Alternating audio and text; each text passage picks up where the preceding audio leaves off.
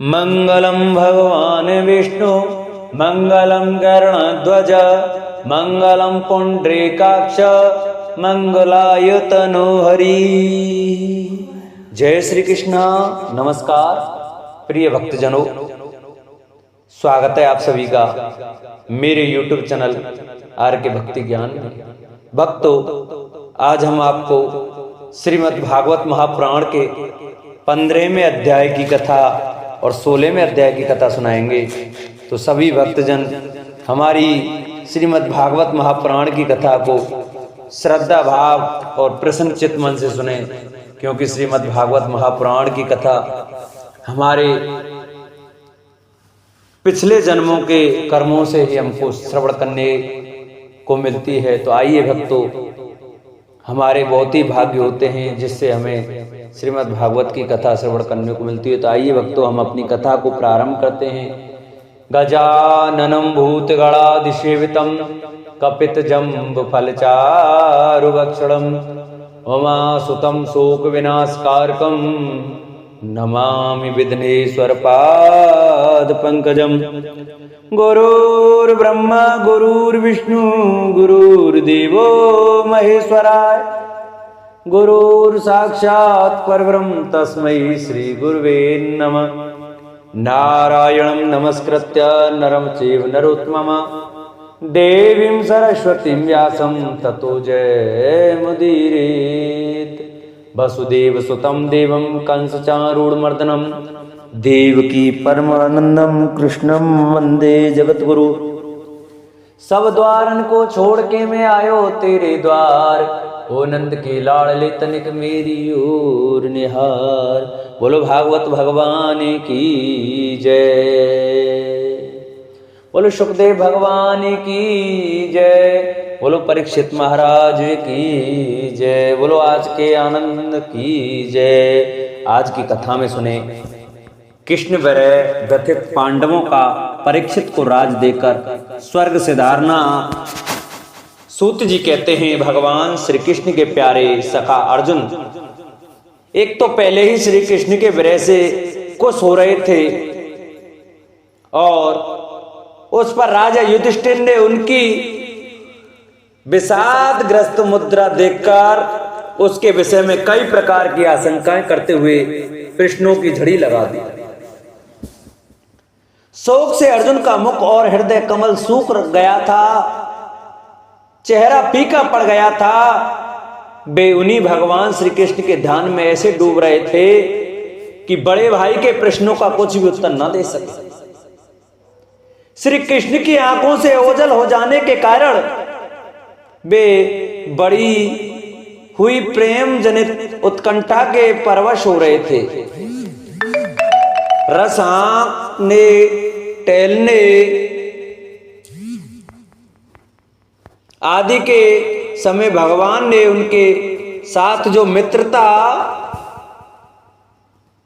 अभिन्न हृदयता और प्रेम से भरे हुए व्यवहार किए थे, उनकी याद पर याद आ रही थी। बड़े कष्ट से उन्होंने अपने शोक का वेग रोका, हाथ से नेत्रों के आंसू पोंछे और फिर रोंदे हुए गले से अपने बड़े भाई महाराज युधिष्ठिर से कहा। अर्जुन बोले, महाराज मेरे भाई अथवा अत्यंत घनिष्ठ मित्र का रूप धारण कर श्री कृष्ण ने मुझे ठग लिया। मेरे जिस प्रबल पराक्रम से बड़े बड़े देवता भी आश्चर्य में डूब जाते थे, उसी श्री कृष्ण ने मुझसे छीन लिया। जैसे यह शरीर प्राण से रहित होने पर मृतक कहलाता है, वैसे ही उनके क्षण भर के वियोग से यह संसार अप्रिय दिखने लगता है। उनके आश्रय से द्रौपदी स्वयंवर में राजा द्रौपद के घर आए हुए कामोन्तक राजाओं का तेज मैंने हरण कर लिया। धनुष पर बाण चढ़ाकर मतस्वेद किया और इस प्रकार द्रौपदी को प्राप्त किया। उनकी सानिध्य मात्र से मैंने समस्त देवताओं के साथ इंद्र को अपने बल से जीतकर अग्निदेव को उनकी तृप्ति के लिए खांडव वन का दान कर दिया। और मैं दानव की निर्माण की हुई अलौकिक कला कौशल से युक्त माया मई सभा प्राप्त की और आपके यज्ञ से सब ओर से आकर राजाओं ने अनेकों प्रकार की भेंटें समर्पित की। 10,000 हाथियों की शक्ति और बल से संपन्न आपके इन छोटे भाई भीमसेन ने उन्हीं की शक्ति से राजाओं के सिर पर पैर रखने वाला अभिमान जरासंध का वध किया। तदंतर उन्हीं भगवान ने उन बहुत से राजाओं को मुक्त किया जिन्होंने जरासंध ने मां भैरव यज्ञ में बलि चढ़ाने के लिए बंदी बना रखा था। उन सब राजाओं ने आपके यज्ञ में अनेकों प्रकार के उपहार दिए थे। महारानी द्रौपदी राजसूय यज्ञ के महान अभिषेक से पवित्र हुए अपने उन सुंदर केशों को जिन्हें दुष्टों ने भरी सभा में छूने का साहस किया था बिखेर कर तथा आंखों में आंसू भरकर जब श्री कृष्ण के चरणों में गिर पड़ी तब उन्होंने उसके सामने उसके उस घोर अपमान का बदला लेने की प्रतिज्ञा करके उन धूर्तों की स्त्रियों की ऐसी दशा कर दी कि वे विधवा हो गईं और उन्हें अपने केस अपने हाथों खोल देने पड़े। वनवास के समय हमारे बैरी दुर्योधन के षड्यंत्र से 10,000 शिष्यों को साथ बिठाकर भोजन कराने वाले महर्षि दुर्वासा ने हमें दुस्तर संकट में डाल दिया था। उस समय उन्होंने द्रौपदी के पात्र में बची हुई शाक की एक पत्ती का ही भोग लगाकर हमारी रक्षा की। उनके ऐसा करने ते ही नदी में स्नान करती हुई मुनि मंडली को ऐसा प्रतीत हुआ मानो उनकी तो बात ही क्या, सारी त्रिलोकी ही तृप्त हो गई। उनके प्रताप से मैंने युद्ध में पार्वती सहित भगवान शंकर को आश्चर्य में डाल दिया तथा उन्होंने मुझको अपना पाशुपत नामक अस्त्र दिया। साथ ही दूसरे लोकपालों ने भी प्रसन्न होकर अपने अपने अस्त्र मुझे दिए। और तो क्या, उनकी कृपा से मैं इसी शरीर से स्वर्ग में गया और देवराज इंद्र की सभा में उनके बराबर आधे आसन पर बैठने का सम्मान मैंने प्राप्त किया। उनके आग्रह से जब मैं स्वर्ग में ही कुछ दिनों तक रह गया तब इंद्र के साथ समस्त देवताओं ने मेरी इन्हीं गांडीव धारण करने वाली भुजाओं का निवात कवच आदि दैत्यों को मारने के लिए आश्रय लिया। महाराज, यह सब जिनकी महती कृपा का फल था उन्हीं पुरुषोत्तम भगवान श्री कृष्ण ने मुझे आज ठग लिया। महाराज, कौरवों की सेना भीष्म द्रोण आदि अजय मत्स्यों से पूर्ण अपार समुद्र के समान दुस्तर थी, परंतु उनका आश्रय ग्रहण करके अकेले ही रथ पर सवार हो मैं उसे पार कर गया। उन्हीं की सहायता से आपको याद होगा मैंने शत्रुओं से राजा विराट का सारा गोधन तो वापस ले ही लिया, साथ ही उनके सिरों पर से चमकते हुए मणिमय मुकुट तथा अंगों के अलंकार तक छीन लिए थे। भाई जी, कौरवों की सेना भीष्म, कर्ण, द्रोण, शल्य और अन्य बड़े बड़े राजाओं और क्षत्रिय वीरों के रथों से शोभायाम थी। उसके सामने मेरे आगे चलकर वे अपनी दृष्टि से ही उन महारथी युद्धपतियों की आयु, मन, उत्साह और बल को छीन लिया करते थे। द्रोणाचार्य, भीष्म, कर्ण, भूरिश्रवा, सुशर्मा, शल्य, जयद्रथ और बाहिर आदि वीरों ने मुझ पर अपने कभी न चूकने वाले अस्त्र चलाए थे, परंतु जैसे हिरण्यकश्यप आदि दैत्यों का अस्त्र शस्त्र भगवत भक्त प्रहलाद का स्पर्श नहीं करते थे, वैसे ही उनके शास्त्रार्थ मुझे छू नहीं सके। यह श्री कृष्ण के भुजदंडों की छत्र छाया में रहने का ही प्रभाव था। श्रेष्ठ पुरुष संसार से मुक्त होने के लिए जिनके चरण कमलों का सेवन करते हैं, अपने आप को वे दे डालने वाले उन भगवान को मुझ दुर्बुद्धि ने सारथी तक बना डाला। आहा, जिस समय मेरे घोड़े थक गए थे और मैं रथ से उतरकर पृथ्वी पर खड़ा था, उस समय बड़े बड़े महारथी शत्रु भी मुझ पर प्रहार न कर सके, क्योंकि श्री कृष्ण के प्रभाव से उनकी बुद्धि मारी गई थी। महाराज, माधव के उन्मुक्त और मधुर मुस्कान से युक्त विनोद भरे एवं हृदय स्पर्शी वचन और उनका मुझे पार्थ, अर्जुन, सखा, कुरुनंदन आदि कहकर पुकारना मुझे याद आने पर मेरे हृदय में उथल पुथल मचा देते हैं। सोने, बैठने, टहलने और अपने संबंध में बड़ी बड़ी बातें करने तथा भोजन आदि करने में हम प्राय एक साथ रहा करते थे। किसी किसी दिन में व्यंग से उन्हें कह बैठता, मित्र तुम तो बड़े सत्यवादी हो। उस समय भी वे महापुरुष अपनी महान भावता के कारण जैसे मित्र अपने मित्र का और पिता अपने पुत्र का अपराध सह लेता है, उसी प्रकार मुझ दुर्बुद्धि के अपराधों को सह लिया करते थे। महाराज, जो मेरे सका प्रिय मित्र नहीं मेरे हृदय ही थे, उन्हीं पुरुषोत्तम भगवान से मैं रहित हो गया हूं।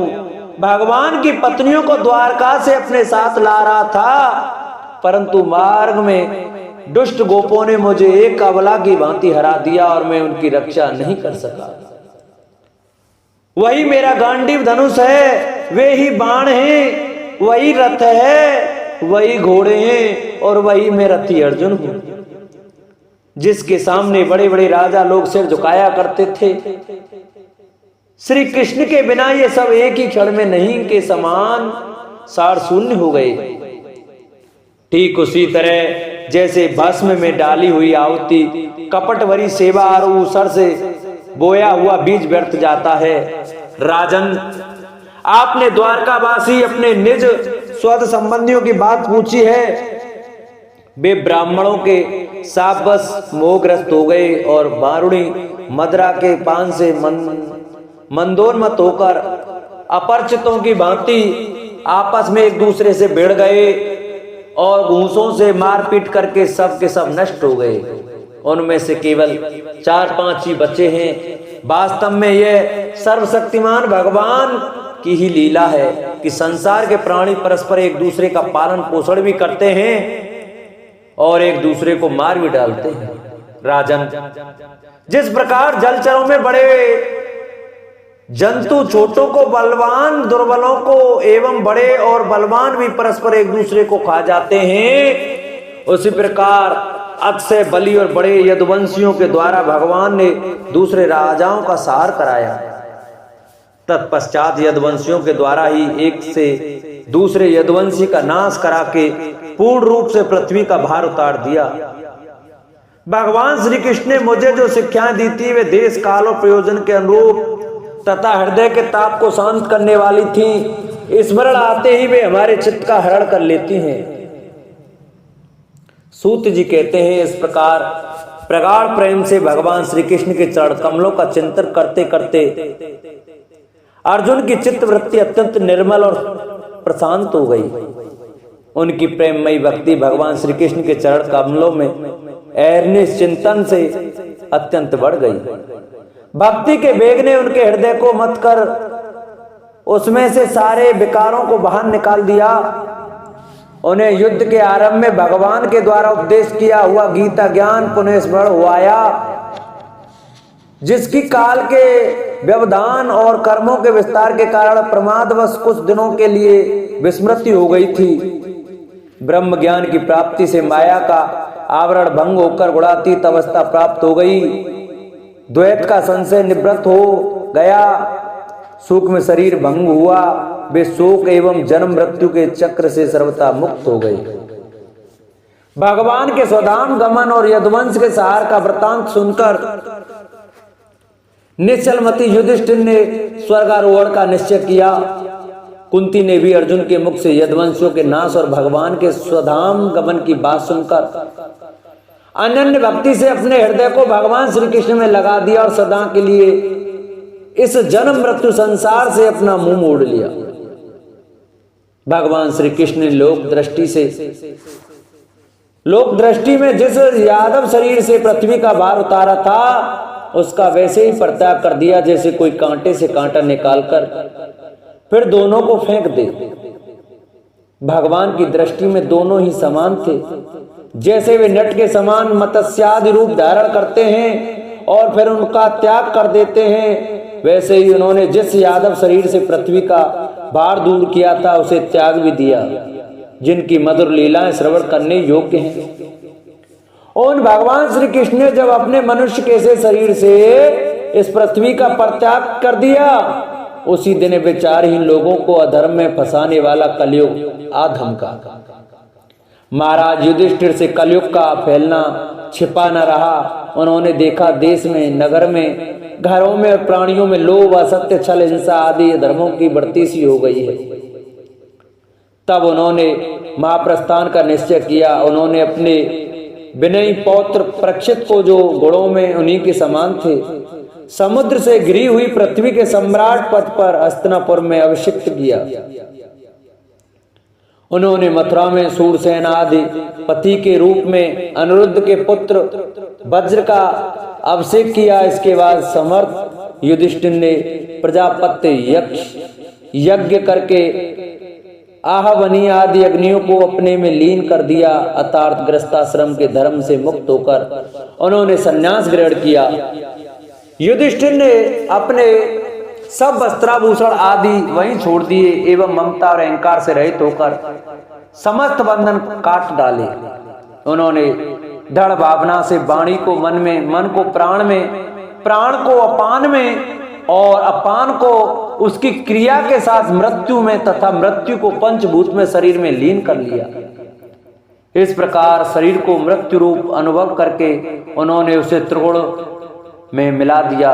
त्रिगुण को मूल प्रकृति में, सर्व कारण रूपा प्रकृति को आत्मा में और आत्मा को अविनाशी ब्रह्म में विलीन कर दिया। उन्हें यह अनुभव होने लगा कि यह संपूर्ण दृश्य प्रपंच ब्रह्म स्वरूप है। इसके पश्चात उन्होंने शरीर पर चीर वस्त्र धारण कर लिया, अन्न जल का त्याग कर दिया, मौन ले लिया और केस खोलकर बिखेर लिए। वे अपने रूप को ऐसा दिखाने लगे जैसे कोई जड़ उन्मत्त सा पिशाच हो। फिर वे बिना किसी की बाट देखे तथा बेरे की तरह बिना किसी की बात सुने घर से निकल पड़े। हृदय में उस पर ब्रह्म का ध्यान करते हुए, जिसको प्राप्त करके फिर लौटना नहीं होता, उन्होंने उत्तर दिशा की यात्रा की, जिस ओर पहले बड़े बड़े महात्मा जन जा चुके हैं। भीमसेन, अर्जुन आदि युधिष्ठिर के छोटे भाइयों ने भी देखा कि अब पृथ्वी में सभी लोगों को अधर्म के सहायक कलयुग ने प्रभावित कर डाला है। इसलिए वे भी श्री कृष्ण चरणों की प्राप्ति का दृढ़ निश्चय करके अपने बड़े भाई के पीछे पीछे चल पड़े। उन्होंने जीवन के सभी लाभ भली भांति प्राप्त कर लिए थे। इसलिए यह निश्चय करके कि भगवान श्री कृष्ण के चरण कमल ही हमारे परम पुरुषार्थ हैं, उन्होंने उन्हें हृदय में धारण किया।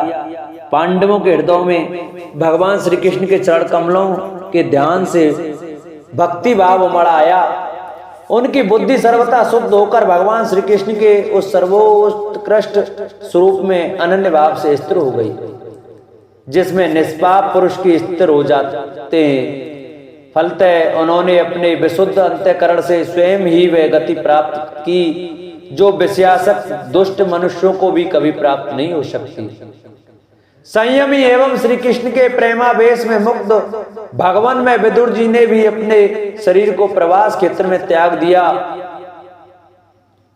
उस समय उन्हें लेने के लिए आए हुए पितरों के साथ वे अपने लोग यमलोक को चले गए।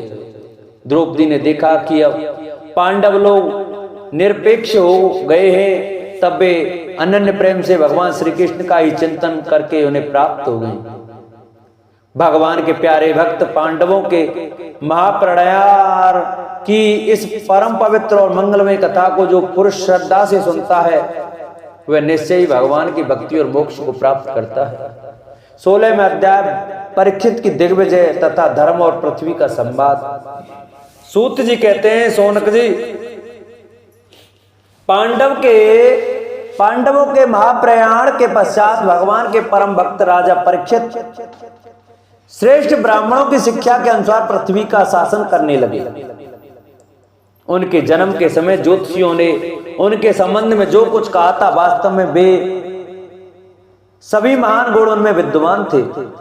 उन्होंने उत्तर की पुत्री इरावती से विवाह किया। उससे उन्होंने जन्मेजय आदि 4 पुत्र उत्पन्न किए तथा कृपाचार्य को आचार बनाकर उन्होंने गंगा के तट पर 3 अश्वमेध यज्ञ किए, जिनमें ब्राह्मणों को पुष्कल दक्षिणा दी गई। उन यक्षों में उन यज्ञों में देवताओं ने प्रत्यक्ष रूप में प्रकट होकर अपना भाग ग्रहण किया था। एक बार दिग्विजय करते समय उन्होंने देखा कि शूद्र के रूप में कलयुग राजा का भेष धारण करके एक गाय और बैल के जोड़े को ठोकरों से मार रहा है। तब उन्होंने उसे बलपूर्वक पकड़कर दंड दिया। शौनक जी ने पूछा, महाभाग्यवान सूत जी, दिग्विजय के समय महाराज परीक्षित ने कलयुग को दंड देकर ही क्यों छोड़ दिया, मारा क्यों नहीं? क्योंकि राजा का भेष धारण करने पर भी तो वह अधर्म शूद्र ही जिसने गाय को लात से मारा था। यदि यह प्रसंग भगवान श्री कृष्ण की लीला से अथवा उनके चरण कमलों के मकरंद रस का पान करने वाले रसिक मान भाव से संबंध रखता हो तो अवश्य कहिए। दूसरी व्यर्थ की बातों से क्या लाभ, उनमें तो आयु व्यर्थ नष्ट होती है। प्यारे सूत जी, जो लोग चाहते तो हैं मोक्ष परंतु अल्पायु होने के कारण मृत्यु से ग्रस्त हो रहे हैं, उनके कल्याण के लिए भगवान यम का आह्वान करके उन्हें यहां शांति कर्म में नियुक्त कर दिया गया है। जब तक यमराज यहां इस कर्म में नियुक्त हैं तब तक किसी की मृत्यु नहीं होगी। मृत्यु से ग्रस्त मनुष्य लोक के जीव भी भगवान की सुधातुल्य लीला कथा का पान कर सकें। इसलिए महर्षियों ने भगवान यम को यहां बुलाया है। एक तो थोड़ी आयु और दूसरे कम समझ, ऐसी अवस्था में संसार के मंद भाग्य विषयी पुरुषों की आयु व्यर्थ ही बीती जा रही है। नींद में रात और व्यर्थ में कामों में दिन। सूत जी ने कहा, जिस समय राजा परीक्षित कुरुजांगल देश में सम्राट रूप में निवास कर रहे थे, उस समय उन्होंने सुना कि मेरी सेना द्वारा सुरक्षित साम्राज्य में कलयुग का प्रवेश हो गया है। इस समाचार से उन्हें दुख तो अवश्य हुआ, परंतु यह सोचकर कि युद्ध करने का अवसर हाथ लगा, वे उतने दुखी नहीं हुए।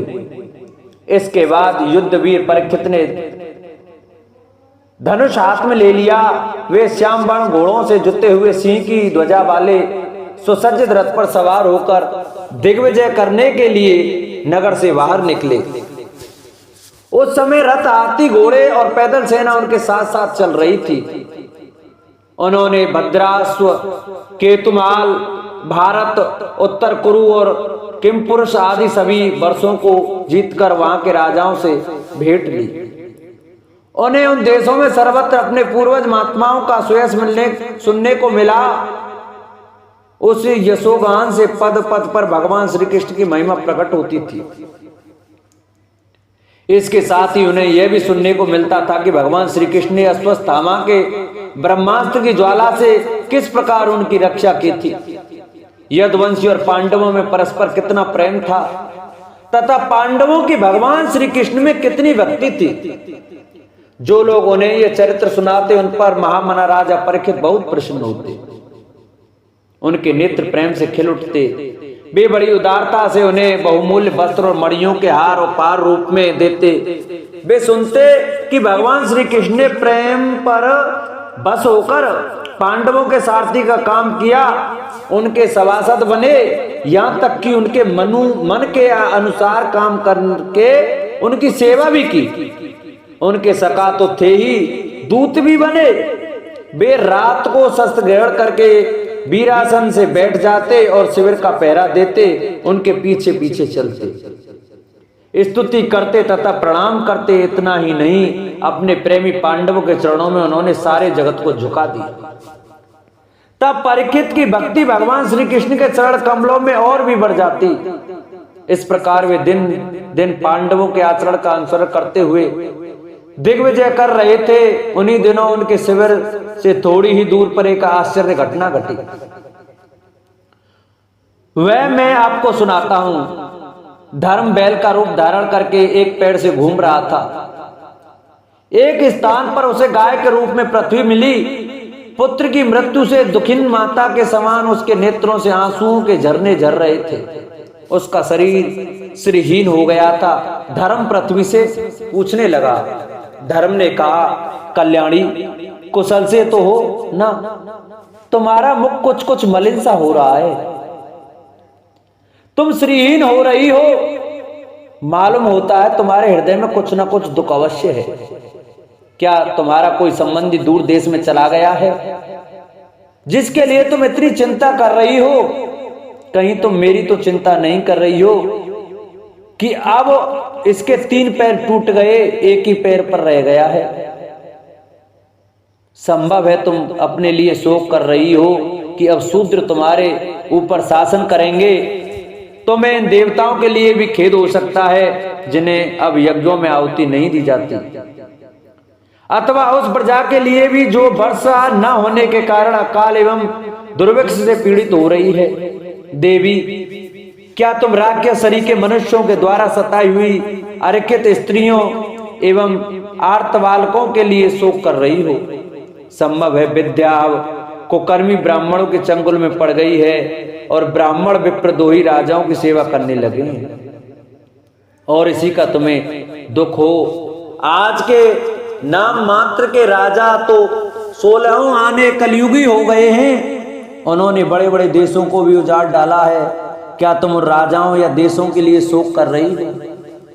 आज की जनता खान पान, वस्त्र, स्नान और स्त्री सहवास आदि में शास्त्रीय नियमों का पालन न करके स्वेच्छाचार कर रही है।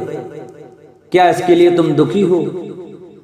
मां पृथ्वी, अब समझ में आया हो ना हो तुम्हें भगवान श्री कृष्ण की याद आ रही होगी, क्योंकि उन्होंने तुम्हारा भार उतारने के लिए ही अवतार लिया था और ऐसी लीलाएं की थी जो मोक्ष का भी अवलंबन है। अब उनके लीला संवरण कर लेने पर उनके परित्याग से तुम दुखी हो रही हो। देवी, तुम तो धन रत्नों की खान हो। तुम अपने क्लेश का कारण जिससे तुम इतनी दुर्बल हो गई हो मुझे बताओ। मालूम होता है बड़े बड़े बलवानों को भी हरा देने वाले काल ने देवताओं के द्वारा बंद ने तुम्हारे सौभाग्य को छीन लिया है। पृथ्वी ने कहा, धर्म, तुम मुझसे जो कुछ पूछ रहे हो वह सब स्वयं जानते हो।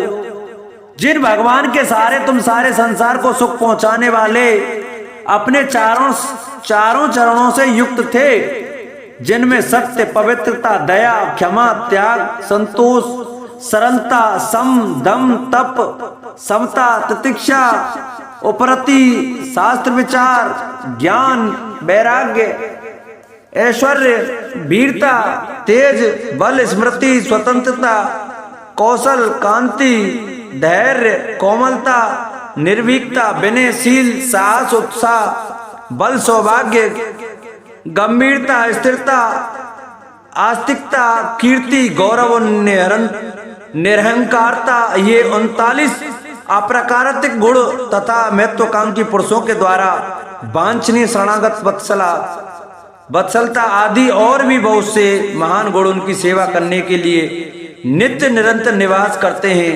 एक क्षण के लिए भी उनसे अलग नहीं होते। उन्हीं समस्त गुणों के आश्रय सौंदर्य धाम भगवान श्री कृष्ण ने इस समय इस लोक से अपनी लीला समरण कर ली और यह संसार पाप में कलयुग की कुदृष्टि का शिकार हो गया। यही देखकर मुझे बड़ा शोक हो रहा है। अपने लिए देवताओं में श्रेष्ठ तुम्हारे लिए देवता, पितर, ऋषि, साधु और समस्त वर्णों तथा आश्रमों के मनुष्यों के लिए मैं शोकग्रस्त हो रही हूँ, जिनका कृपा कटाक्ष प्राप्त करने के लिए ब्रह्मा आदि देवता भगवान के शरणागत होकर बहुत दिनों तक तपस्या करते रहे। वही लक्ष्मी जी अपने निवास स्थान कमल वन का परित्याग करके बड़े प्रेम से जिनके चरण कमलों की सुभग छत्र छाया का सेवन करती हैं, उन्हीं भगवान के कमल, वज्र, अंकुश, ध्वजा आदि चिन्हों से युक्त श्री चरणों से विभूषित होने के कारण मुझे महान वैभव प्राप्त हुआ था और मेरी तीनों लोकों से बढ़कर शोभा हुई थी, परंतु मेरे सौभाग्य का अब अंत हो गया। भगवान ने मुझ अभागिनी को छोड़ दिया। मालूम होता है मुझे अपने सौभाग्य पर गर्व हो गया था, इसलिए उन्होंने मुझे ये दंड दिया है।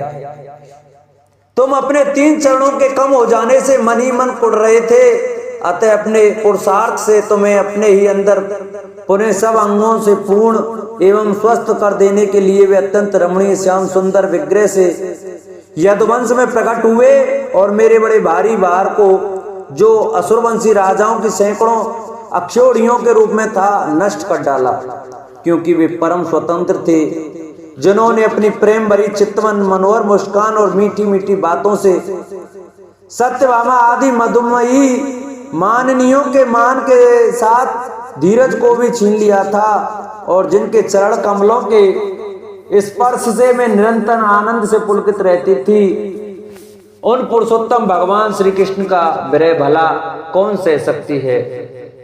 धर्म और पृथ्वी इस प्रकार आपस में बातचीत कर ही रहे थे कि उसी समय राजर्षि परीक्षित पूर्व वाहिनी सरस्वती के तट पर आ पहुंचे। बोलो भागवत भगवान की जय। आज की कथा को हम यहीं विश्राम देते हैं। कल की कथा में हम आपको महाराज परीक्षित द्वारा कलयुग के दमन की कथा का वर्णन सुनाएंगे। तो सभी भक्तजन हमारी कथा को प्रतिदिन श्रद्धा भाव से सुने।